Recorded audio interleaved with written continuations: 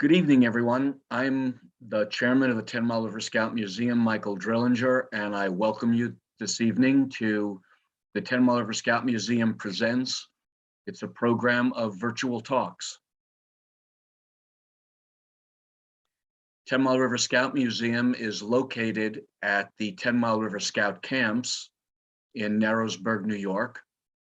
The 10 Mile River Scout Camps first opened to scouts in New York City in the summer of 1928. The 10 Mile River Scout Museum was started in 1997, and it's dedicated to preserving the history and artifacts of the 10 Mile River Scout camps and the local area. If you've never visited the museum, you can take a virtual tour at tmrmuseum.org/historian. You can visit the museum's website and social media.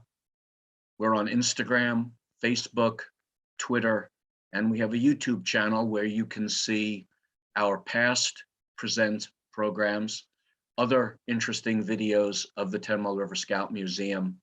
And as soon as this installment is done, you'll be able to see this one again and relive all of its scintillating moments.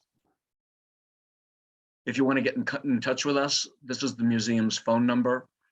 If you have a question, you can email questions@tmrmuseum.org.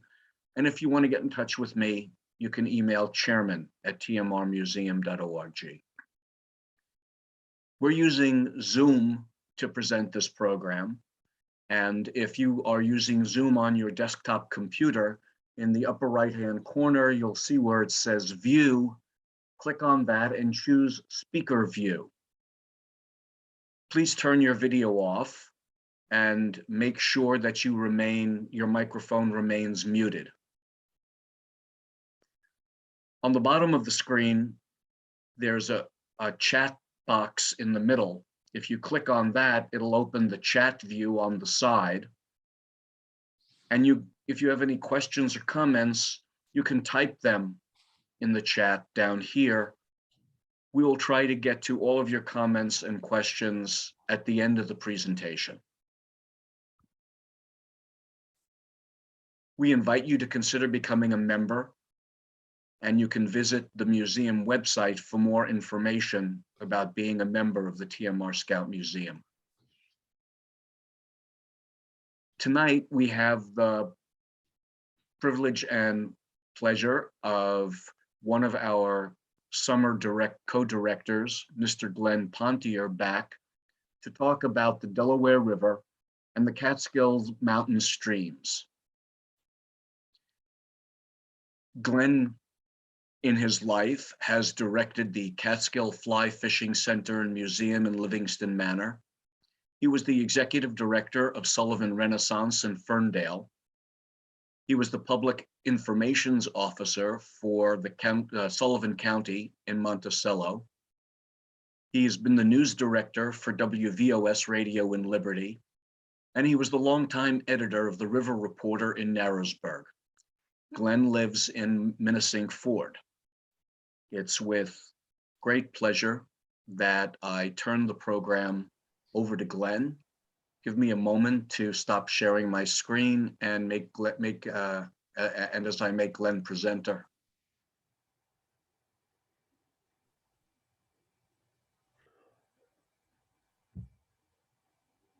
Okay. One second, Glenn. I haven't made you presenter yet. Okay. Now you can take it away.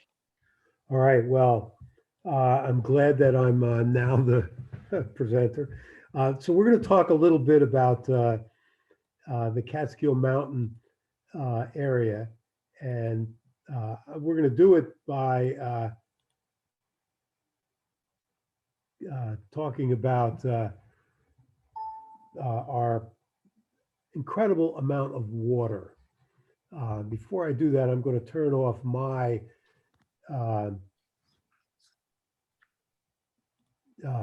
my screen, so you're not going to see me And I'm going to ask everybody to turn off your video. Um, and if you do that, um, then what you will see on your screen is only the slide presentation. And we're going to talk about water, water everywhere. And in this case, it's a lot of it's water you can drink. The map on your left shows the Delaware River basin. And what that is all of the water that drains into the Delaware River and then ultimately into Delaware Bay and the Atlantic Ocean. And on the left, you can see the states that are involved. On the right is the upper Delaware River. So you see that portion primarily from Port Jervis to Hancock. And that's the area that is where it's going to come into play. That's the area where 10 Mile River Scout Reservation is.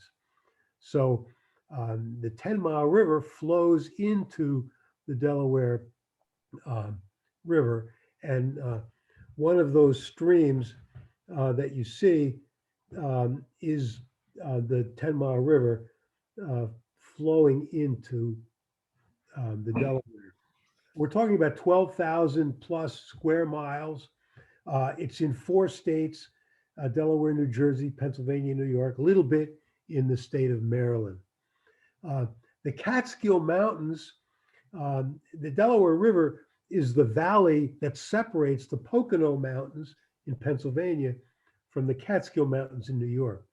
And the Catskill Mountains is a very large area, not as big as the Adirondacks, but a very large natural area. And the interesting thing is that half the water almost that falls or comes from the Catskill Mountains in the eastern end flows into the Hudson River. And on the western end of the Catskill Mountains, it flows into the Delaware River. Now, we're not going to talk a lot about the water that flows into the Hudson River. But if you want to know more about the Catskill Mountains, and particularly the water that flows into the Hudson, I suggest you look online for the Catskills Center, which is a long-time organization that works for the environmental, cultural, and economic region to improve it. There's also the Catskill Mountain Keeper, which is a relatively new 2006 new organization that works also to protect the environment. But we're going to be talking about the water that flows into the Delaware River. And the map on your left shows Delaware County, a little bit of Ulster, Greene, and Schoharie County, and of course, Sullivan County. And all of this water flows into the Delaware River Basin. It's a huge area. On the right, you'll see a map showing the Susquehanna River. And if you follow the right branch, the east branch of the Susquehanna, that also originates up in the Catskill Mountains. If you follow that curvy line, you'll see it where it kind of begins is almost in the same place where the source of the Delaware begins. Legend has it that there's a farmer up there in Schoharie County who claims that the spring in his backyard is actually the source of the East Branch, the West Branch, and the Susquehanna, all coming from one spring. I don't think that's true, but there is an incredible amount of water flowing out of the Catskill Mountains. It's not a tropical rainforest, but it's a temperate, almost like a rainforest. There is so much water. I've got a friend from California who was shocked because we would run water in our house to wash dishes. And of course, if you come from California or any place out west, your idea of conservation is incredible because water is scarce. Here, water is abundant. There is so much water, and it's a combination of the geology, the mountains, and the weather patterns that because of the Great Lakes and because of the flow of the air currents, there's just an incredible amount of water. And we're going to talk about this water in these streams. Uh, it's uh, it's an unusual place. There's no place like it in the world. I mean, uh, the Catskill Mountains just have an abundance of water and all of what that means. And we're going to talk about that. One of the things it means is fly fishing. Uh, all of these streams gave rise to a trout, a native trout, and the fly fishing is a sport that many in the Catskill claim was in America. Dry fly fishing started in the Catskills. There are other areas that claim it as well. Uh, but we're not going to talk specifically about fly fishing. But if you wanted to know more about it, the Catskill Fly Fishing Center, I worked there for a while at their museum. Uh, it's a great place, particularly if you're into fly fishing. Of course, the water gave rise to a lot of different industries, and we've talked about um, the logging and rafting industry.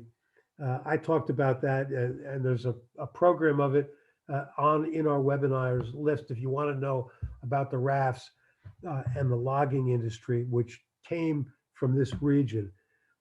We also, of course, have the canoeing industry, and just an incredible amount of water and people who go canoeing and rafting, kayaking.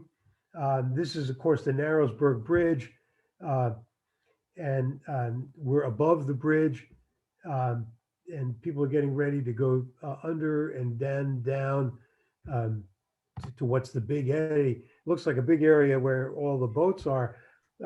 It's an even bigger area below there. And of course, we talked a little bit about uh, uh, Boney Quillen and then a night 1,000 men were stranded in Narrowsburg. But we're going to talk about drinking water because, in fact, drinking water is one of the things that really has affected the Delaware River. And a lot of the water in New York City, most of it, in fact, comes from the Catskill Mountains, some through the Hudson system and some through the Delaware system. But drinking water and has been the driving force for a lot of the politics along the Delaware River.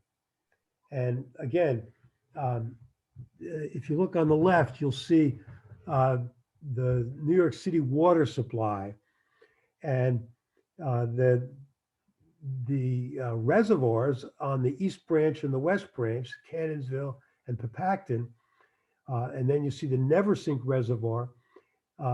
These are taking water, and those lines, those little red lines that you see that are straight, are the tunnels that take the water all the way through to the Ashokan system, and then all the way through the Croton watershed and down into New York City. And on your right, you see one of the tunnels. And I don't know if any of you are fans of the movies of the Bruce Willis Die Hard movies, but in the third movie, you see him driving a huge truck in a tunnel like this. And that's one of the replacement tunnels that is being worked on now, even today as we speak. And these are 100 miles long, some of the longest tunnels in the world that take water from our region down into New York City. And of course, Robert Moses was the dreamer of this. And there have been many books written about this. But if you want to know more about how the tunnels came to be, the land that was taken, I've had family, not family, but friends who lived in whole communities that were flooded. Many people made a living digging the tunnels. There are people today making a living digging the tunnels. But the Time in the Valley Museum in Grahamsville gives a complete history, great little place. And so if you're interested in how the tunnels came to be and how they work, go visit the Time in the Valley Museum. The issue of water was decided in the 30s by a Supreme Court decision, and then it was amended in 1954. And as New York City began to take more and more water and build these reservoirs, people became concerned about what would happen to the river. So the Supreme Court ruled that New York City would be allowed to take 800 million gallons of water every day. And another 100 million is diverted to New Jersey, but that we're not going to talk about that. But 800 million gallons of water goes from the Delaware River basin into the New York City area every day. But it was required that releases from the reservoirs maintain a flow of water at Montague, New Jersey, which is just down from Port Jervis, from the tri-state area where New Jersey, New York, and Pennsylvania all meet. They had to maintain 1,750 cubic feet per second at Montague. And in order to make sure that New York City was taking its 800 million gallons from reservoirs it owns, and the flow was being maintained at Montague, they established a position of Delaware River Master, who has the authority to order New York City to release water. Now, another thing we're not going to talk a lot about is riparian rights, but it's a principle based all the way back to English common law, that people that live along bodies of water have a right to the water. And you can't sell these rights. It's not like if I have right to water here, I can sell it to Bill who lives half a mile away. And I can't transfer the water out of the watershed without consideration for downstream people that have a right to that water. And riparian rights include the right to swim in the river, or boat and fish, or to use the water from my home, to flush my toilets, or to water my crops. And I have as much right to the water as anybody else that lives along the river. Well, so you can imagine then, when New York City was allowed to take 800 million gallons of water every day, 800 million gallons, all right, that this is going to cause less of a flow down the river. Now, it's going to be a more regulated flow, which helps, but there's going to be less water. So one of the issues that had to be dealt with by the Supreme Court were the riparian rights, because people have a right to the water that New York City is taking. Even though New York City came in and bought the land and built the reservoirs, they still have an obligation to the downstream people, one of whom is Philadelphia, which needs this flow at Montague, New Jersey. If it gets less than 1,750 cubic feet per second, then what happens is the salt from Delaware Bay and the tides push the salt water up the river. If there's enough water coming down the river, it holds the salted ocean water at bay, literally. So it's important because Philadelphia also pumps from aquifers that are under the river that are fed by the river. So in order for New York City to get its drinking water and Philadelphia to get its drinking water, this was the compromise reached by the Supreme Court. 800 million gallons a day to New York, 1,750 cubic feet per second at Montague. Now, because everything is more complicated than that simple formula, there was a federal compact that started the Delaware River Basin Commission, which is a literal compact between Delaware, New Jersey, New York, Pennsylvania, and the federal government, represented by the Army Corps of Engineers. And that's, of course, President Kennedy. This was 1961. And almost literally, the four states and the federal government ceded their sovereign authority to this commission.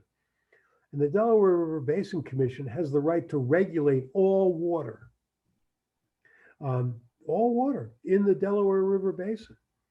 So if you have a well, in theory, they have the right to regulate it.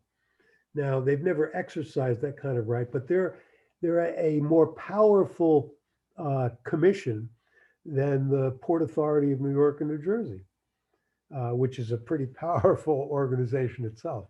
But the DRBC exists today, and all their decisions must be unanimous, and they don't always agree, but they're the people that they're kind of industry based. They care a lot about what happens in Pennsylvania, New Jersey, around the Philadelphia, Camden area. And they kind of view up here where we live as the recreational area. But it's an important organization.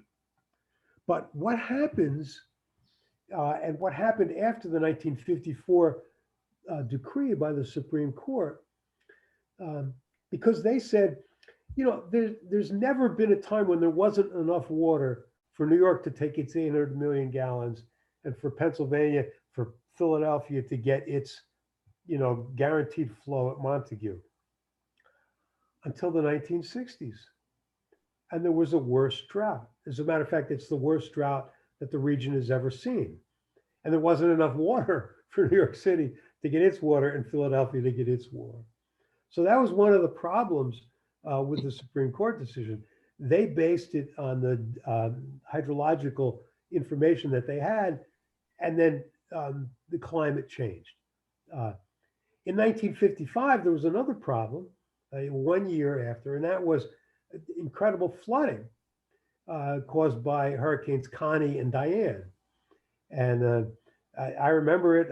I was in Shahola, Pennsylvania, Twin Lakes. I remember the night when Hurricane Diane came through. It was incredible. So these are some of the issues. The Supreme Court made a decision. They allocated the water. They dealt with the riparian rights. They thought it was all fixed. And then, oh my God, we had flooding and we had a worse drought. And New York City, this is 55. This is over almost 70 years ago. New York's thirsty. Philadelphia too. And this just shows Livingston Manor. That's Main Street in Livingston Manor. So when it floods, many communities in the Catskills have similar experiences. There is so much water. So the Army Corps of Engineers came up with a plan that they presented to Congress to build essentially 58 reservoirs. And they said in 1962, well, this will solve our problems for 50 years or more. We'll have water for everybody, municipal and industrial use. We'll have recreation. We'll control the floods. We can generate hydroelectric power. What could be better? Including up to 27 dams between Hancock and Port Jervis, not all on the Delaware, but many of them on the Delaware River and on all the tributaries, probably 10 Mile River. You might remember there was a dam on 10 Mile River at a place called Luxton Lake that was breached in the 1980s because it was unsafe. But so this was a plan based on concept that we could manage the environment and make it just the way we wanted and take care of all the problems.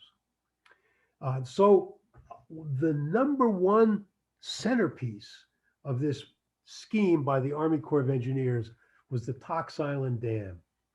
And Tocks Island is below the Delaware water gap. And this was an idea that had been around for a while, but they were going to build a dam that would flood all the way from Bushkill all the way up to just below Port Jervis, and create a park and hydroelectric power and water for New York and Philadelphia. And boy, it was great. And here's a schematic drawing of the dam.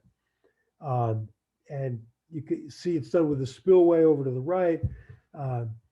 And it looks not unsimilar to the Peepacton and Neversink and Cannonsville dams. And this was going to be a great thing. So the federal government approved it. and they started buying land. And they bought 35,000 acres of land all the way from Tocks Island all the way up to just below Port Jervis. Uh, and while the dam was being discussed and objections were being made to it, they bought these homes and evicted people. And then people moved in, squatters, people that had no place to go. This was the 60s and 70s, hippies. People came in and started living and farming in the area. And eventually the US Marshals came in. And of course, as people moved into the homes, a lot of local people who had been forced out were not happy with the federal government. They were not happy with the people that moved in. And then when the marshals came in under cover of night and moved out the squatters, nobody was happy with the federal government. The result and it's a fascinating story of what happened at Tocks Island. Eventually, there wasn't enough money to build the dam, and environmental reasons and politics and economic reasons and a change in philosophy that we should dam all rivers put a stop to the Tocks Island Dam. It was eventually deauthorized, but not until very late. I think in the 90s it was deauthorized. But one of the things that came out of it was the Delaware Water Gap National Recreation Area. And it's not a national park, but it's a national recreation area. It is one of the National Park Service's most widely used. Millions of people use this recreation area. And there's discussion right now to make it into a national park. Of course, there's Peters Valley is a kind of is an artist community, and some of the historic buildings have been saved, but most were torn down. Most of the places returned to its natural state. There are some public beaches. People use the river. And as I said, literally millions of people come to this area every year. So in many ways, a better solution than flooding the area. But now we're going to turn to the upper Delaware, because guess what? New York City and Philadelphia, they're still thirsty. They still want some of this water. And without Tocks Island, how are you going to guarantee that New York City gets as much water as it needs and Philadelphia gets as much water as it needs? How are you going to do that? And if you do that, what's going to happen to the people that live along the river? We know what happened in Tocks Island to people that lived along the river. They got moved out. So, in fact, between Port Jervis and New York, if you take the 17 towns that are in the 5 counties, in Wayne County and Pike County in Pennsylvania, and in Delaware, Sullivan, and Orange County in New York, there are 17 towns. And the total populations of all of those towns is 30,000 people. The people in those towns that actually live in the river valley is less than a third, maybe 10,000 people, maybe less. So, you have Narrowsburg, they all live in the river's valley, but Lava, they're outside. And Beaver Brook, where 10 Mile River camps are, they're not in the river valley, not per se. So why not dam the river valley and get rid of the people? Well, those of us that live here have a very good reason to not want to be moved out. And in fact, there's a whole movement in the United States to protect valleys and rivers. And so in order for the people that lived along the river and the towns to be part of the conversation as to what would happen to the river valley, we needed a gunslinger. We needed somebody with the power to sit and face New York City, Philadelphia, New York, New Jersey, and Pennsylvania. So the 15 or the 10,000 or fewer people or the 30,000 of the towns couldn't sit at the table and negotiate with the 10 million people from the New York City metropolitan area. So people in the River Valley needed somebody to represent them at the table where what would happen to the River Valley and the water was being decided. Well, in 1968, the federal government recognized that there are certain rivers in the United States that should be protected, that should be saved, that every place shouldn't be made into a concrete canal, that there are homes and geological and historic and cultural values, not unlike kind of what the scouts are trying to do at 10 Mile River, is to teach things about wildlife and about history and about things that aren't urban. And so the federal government passed a law that said that there would be a policy in the United States to protect selected rivers in their free-flowing condition. Well, what this meant was that the sitting at the table deciding what would happen to the upper Delaware River was the National Park Service. That's a pretty big gunslinger. So Congress, who is the one that decides what the policies are, in 1978 passed an omnibus recreation bill. Jimmy Carter was president, and it designated the area between Hancock and Port Jervis, Mill Rift, as the 19th part of the National Wild and Scenic River System. What that meant was that there could never be a dam on the Delaware. There could never be a dam on a tributary of the Delaware that changed the flow or effect on the Delaware. So the Upper Delaware Scenic and Recreational River was born in 1978. It exists to this day. You'll see National Park Service rangers. They have jurisdiction on the river. And a complex scheme was put into place to protect the river valley. Because think about it, if you're not going to buy the land, so here we're going to stop the dams from coming, but how are we going to protect the river if people live there? And the question a lot of people asked was, how are we going to control the gunslinger? So the Park Service, who's negotiating with New York and Philadelphia and New Jersey, and how are we going to make sure that the Park Service doesn't turn on us? And so this was a subject of a huge dispute. And you might have read about or heard about the NPS Get Out, because local people were worried that the Park Service would come and would do to the upper Delaware what they did in Tocks Island, that they would buy up the land and chase the people out.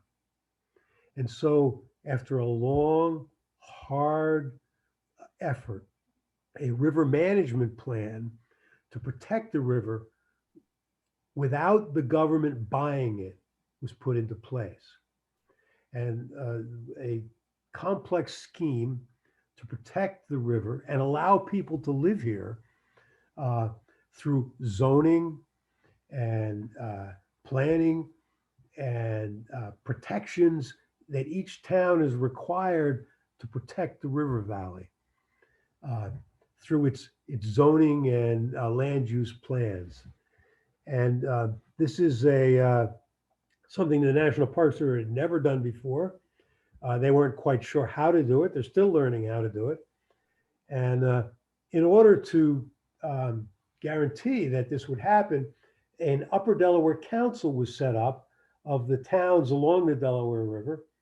And these towns meet monthly. They have committees, and they oversee the land use. But people can continue to live here. I live here. I live inside the river valley. I can see the Delaware River from my window. If it was light out, I could see it as we're talking now. So the Delaware River Council is the place that kind of tries to help the Park Service protect the river valley. If the river valley is not protected, the Park Service has the authority to condemn the land that abuses the river and to purchase it and to cure. So if somebody wanted to put a cement factory or a pig farm right next to the Delaware River, the parks, if the town didn't stop it, the Park Service would step in and purchase the land, put a deed restriction in and sell it so that the river would be protected. People can still live here. People can still open businesses, but there are restrictions in certain areas along the river that are stricter and restrictions like in the hamlet areas that are looser. Because some people didn't believe that that would be enough to protect the river, a woman named Barbara Yeaman established the Delaware Highlands Conservancy. And so in addition to the Park Service's presence and enforcement through land use planning, this conservancy has purchased the development rights of almost, say, 15,000 acres in the river and in the highlands in Wayne and Pike County. And this land will never be developed. So it will, a good deal for hunting clubs, for timber usage. You could still timber, you could still hunt, you could still do all these things, but the land will be protected from development. There's a organization downriver in the Trenton area called the Delaware River Keeper. And they also work to protect the Delaware River. And they've taken stands to protect some of the bridges, unsuccessfully with the Pondetti Bridge, and have opposed things like fracking and uses that might hurt the Delaware River. There's a relatively new organization called Friends of the Upper Delaware River, headquartered in Hancock, and it also works to protect the Delaware. There's new federal legislation that was passed in 2016 when the Delaware River Basin Conservation Act was passed. So there'll be some federal money to protect the water quality and improve some of the flood control and to manage the fish stocks. So, you know, if you have these reservoirs that the Cannonsville and Pupacton, and you're using the water for drinking water, but if it rains, you can use the water for flood control because the dam will hold some of the water that won't then flow down the river. But if you release some of the water to keep the fishery cold, then trout and other cold water fish will be able to be protected. So this is a very delicate balancing act. Just last year, the representative that represents Sullivan County formed a congressional Delaware River Watershed Caucus with the Republican, Delgado's a Democrat, Brian Fitzpatrick from Pennsylvania. So it's a bipartisan effort to try to find funding and meet the conservation needs throughout the watershed. Well, I'm going to, I've thrown out an incredible amount of material, and this presentation will be online and the PowerPoint will be available. So if you wanted to check out some of these sources, but the Delaware River is an amazing tributary. It's one of the longest undammed rivers in the United States. There have been dams on it in the past. There was a dam at Menacing Ford that was a slackwater dam to help the barges cross. And there are wing dams down in Lambertville that don't completely block the river, but it's not dammed. There's no big dam like Tocks Island or like uh, the Neversink Dam that creates a reservoir. Uh, and it, at least the upper Delaware, can never be dammed while it's a wild and scenic river. But those of us that go to 10 Mile River Scout Reservation and you see the lakes and the streams and the, it rains and you're out hiking and it's marshy and swampy. You're living, we're living in an area with an abundance, maybe an overabundance of water. And there's so much water that we're able to give generously to New York City and Philadelphia to drink. We're able to recreate and to fish on the river. And it's just one of the most beautiful places imaginable. And hopefully now you know a little bit about it. So I'm going to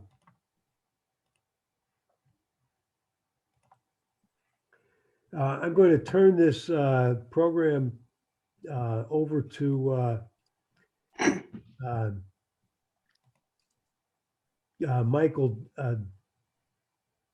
Drillinger, who will then be the host.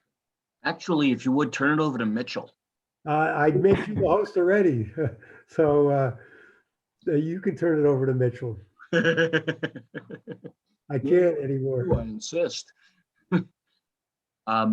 Mitchell, are you host? Not yet.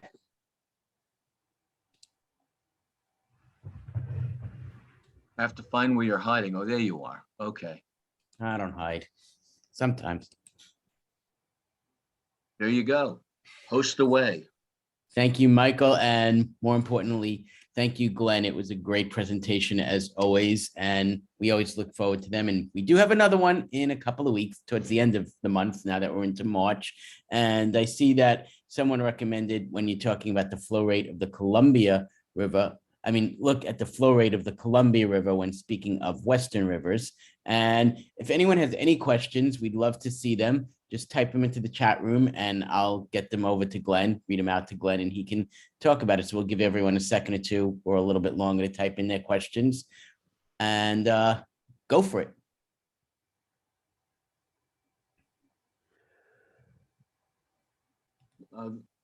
Glenn, this is Michael. Have you been to Time in the Valleys Museum? I have been to the Time in the Valley Museum, and it's an amazing place. I'm friends with the director there, who used to be at the Cutterbackville Museum, which is for the D&H Canal, and then she moved up to Grahamsville to work. And they have a model of the Neversink Reservoir and the valley, and you can see where all the little communities were. So you can actually see, where the little town of the little hamlet of Neversink was, and some of the other places. I used to work with a woman named Sandra Gary, who lived there, and her family home was flooded. And she remembers, her father, getting up early in the morning and going to school ahead of everybody, walking over the mountain and lighting the fire for the one-room schoolhouse so that when the kids came an hour later, the place was warm. These are the kinds of stories I'm telling because this is what the museum is filled with. There are these personal stories of the people that lived in the valley that was flooded so that New York City people can drink water, and also worked on the tunnels. These were huge. You imagine you're digging a tunnel big enough to drive a bulldozer, a huge dump truck through 100 miles, and there are 3 of them. So it just gives you some sense. Time in the Valleys Museum. It's in Grahamsville, New York, part of the Daniel Pierce Library. Great place. You might want to do a little museum tour. You could visit the Fly Fishing Center in Livingston Manor, which is a museum to fly fishing. And then you could view Time in the Valleys, a museum to the water and the tunnels and the New York City reservoirs. And then to the 10 Mile River Scout Museum, and see how since the 1920s, for 100 years almost, this land has been preserved and used for the betterment of young people. Boy, those three, and then you could top it off with the Museum of Bethel Woods. And wouldn't that be interesting, you know? And you get 4 museums all in one place. Just amazing. That would be really, really good. Okay, so we have a couple of hellos and some people sending some different links and comments. Let me take a quick look. Can you tell anyone about the status of the Barnes landfill in Minisink Ford and the leachate problems in Beaverbrook? Well, I live down the hill from the Barnes landfill. I was the editor of the River Reporter back in the 80s when the Barnes landfill was operating. Shortly after the Cortez landfill in Narrowsburg had been closed, the Cortez landfill became a Superfund site because it was actually within the National Park Service, within the boundaries, kind of, and you could see the rainbow-colored oil water flowing out of the ground into the Delaware. And I remember I used to go down to this is the Cortez landfill. I used to go down and look at it and take pictures. And one day I'm down there and there's these 4 or 5 guys or people wearing these white moon suits, completely covered with hoods and respirators. And they were there from us to inspect, you know, and they were protecting themselves. Here I am, just walking down with a camera, taking pictures for the newspaper. Well, the Barnes landfill also ended up taking some materials, and this was back when Congressman Maurice Hinchey was still in the assembly, and he did a long study. And the Barnes landfill, in all fairness, you know, if you go out almost anywhere in the Catskills, in the back of a house, you'll find things thrown there. Because the old way, usually glass and metal, people threw away their things in the little ravine behind their house. And the Barnes landfill and the Cortez landfill, and there was one in Jeffersonville. These were kind of extensions of that grew longer. There was no such thing as a liner underneath, and they weren't modern, and they didn't have leachate fields, and they didn't vent the gases. They just threw stuff in and covered it with some dirt. And so among the things that happened was materials that shouldn't be: paints, thinners, medical wastes, red bag waste. These ended up thrown in the Barnes landfill and others. There is leachate that goes into the Beaver Brook, which runs through that area, runs about 1,000 yards from my house, out into the Delaware River. And I was concerned with the Cortez landfill, and talked to a scientist who said, you know, the recuperative power of the river is immense. So that, you know, if you take a drop of pollutant and you put it in the Delaware River, within 100 yards, it's been dissipated, you know, 100,000 times. I mean, it's just, although it's with our modern technology, you know, you could probably find the 3, you know, molecules of that material down in Delaware Bay. So yes, there is problems from the Barnes landfill, from the Cortez landfill, and from other places along the river. The Upper Delaware Council and the Park Service are aware of these. If they're being monitored.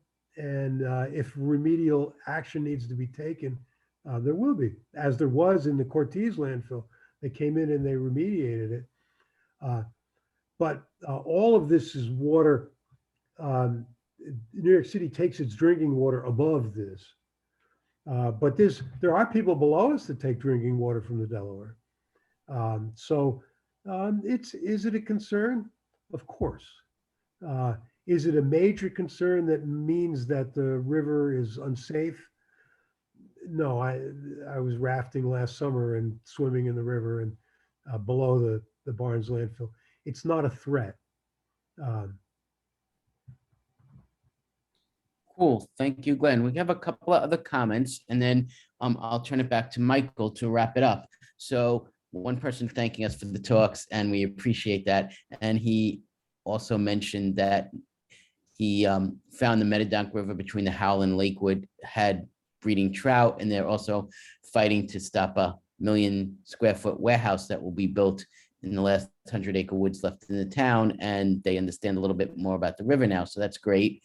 And then we also have just a little reminder that the D&H Canal partially ran along the Delaware and how it worked to help develop the river towns. And then dilution is a solution to pollution since 1976.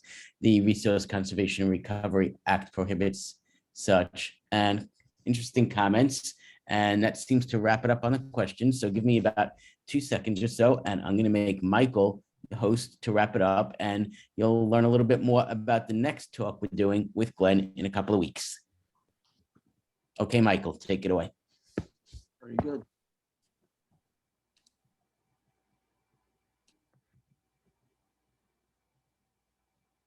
Great. So I want to once again give my sincere thanks to Glenn for a very thought-provoking and certainly very enjoyable talk.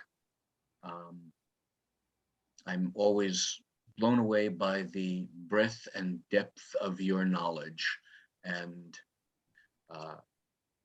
how much fun it is to hear you tell the stories. So thank you. I want to remind all of you that, again, if you can't make it to the museum, you can certainly take a virtual tour if you go to the museum's website.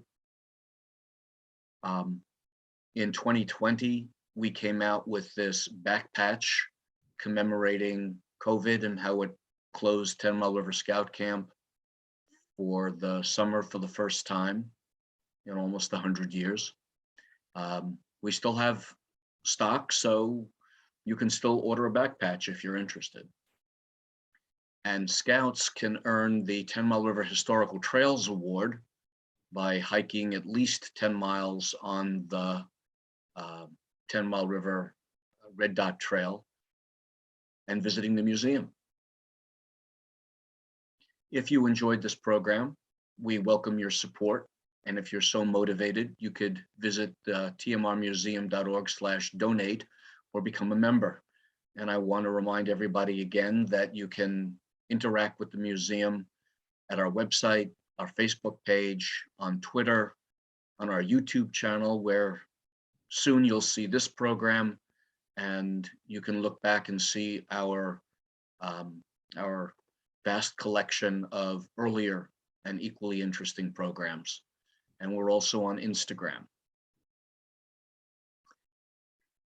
On March 23rd, Glenn is going to be back, and he's going to talk about high points in Sullivan County history, which include the concert at Bethel called the Woodstock Festival of the Arts, even though I live in Woodstock and the concert was 50 miles away from here. We hope that you'll join us then, and we look forward to presenting it to you. And that's the end of our program for tonight. Thanks a lot, and have a good night.